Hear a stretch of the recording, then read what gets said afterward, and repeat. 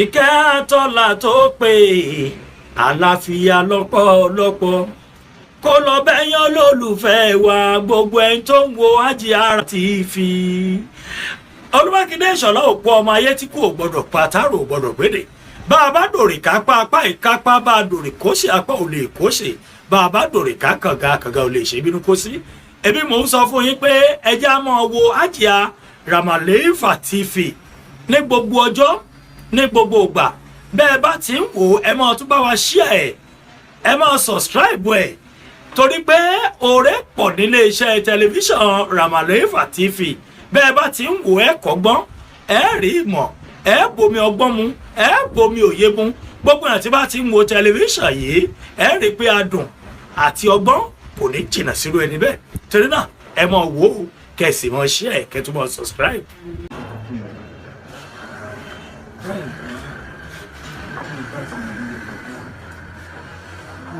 tó o bá wọ gangan lọ́jọ́ wẹ́ẹ̀dì tó o bá wọ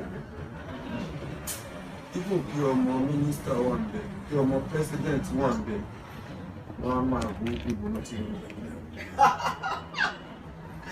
I'm happy to hear that. Wedding gown ó wà káàkiri àmọ́ ìtẹ́mi fẹ́ ọmọ bá mi design a special.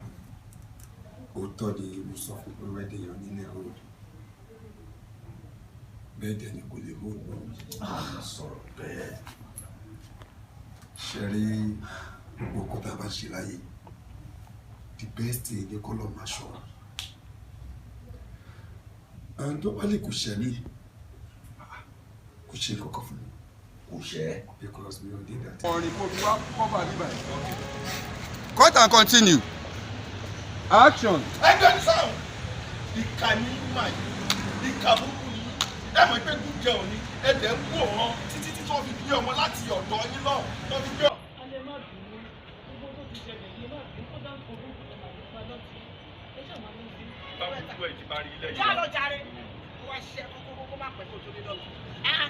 ẹlòmíì ò tiẹ̀ kó ronú kó tó. Thank you.